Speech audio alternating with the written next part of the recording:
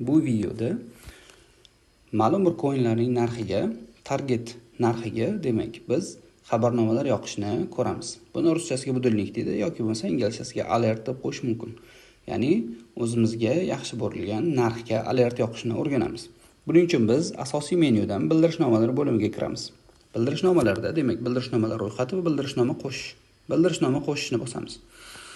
Va o'zimizga kerakli bo'lgan o'sha coinimizni, demak, belgisini kiritamiz. Masalan, menda hozir misol Solana uchun target narx qo'ymoqchiman. Demak, hozirgi paytda Solana narxi 218.90 atrofida ekan. Demak, 218.90 bo'lsa, demak 218.90 masalan 7 ga borgan paytda bizga nima jo'natsin? Alert jo'natsin. Endi shu narxdan oshgandami yoki shu narxdan pastga tushib ketgandami? Bu ikkala holatimizga muhim bo'lganligi uchun, demak, biz hozir oshganda ya'ni bizga anaqa jo'natsin deymiz. Buning uchun biz G harfini jo'natamiz, ya'ni kattaroq, shu narxdan kattaroq bo'lgan paytda degan. Agar biz bu narxdan kichkina deydigan bo'lsak, biz L harfini jo'natishimiz kerak bo'ladi. Va uni tasdiqlashimiz kerak. Demak, biz tasdiqlaymiz. Va endi biroz kutib turamiz. Afsuski, hozirgi paytda Solana narxi $219 ga o'tib ketib qoldi. Shuning uchun yana boshqa demak, anaqa yaratamiz. Solana uchun.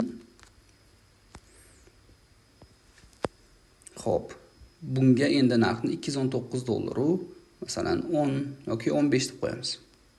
$219 masalan 15 sent.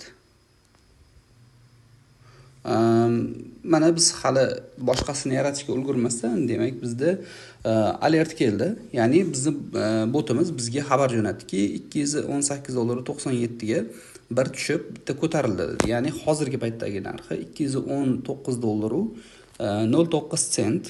$218.97 dan oshish kerak degan edingiz. Demak, chalindi. Sizga, demak, soat mana shunaqa paytda, demak, biz xabarni jo'natdik deb turibdi. Demak, biz o'zimizga kerakli bo'lgan narxni yoki oshganda yoki tushganda o'zimizga kerakli, demak, xabarnomalarni yaratib qo'ysak bo'ladi.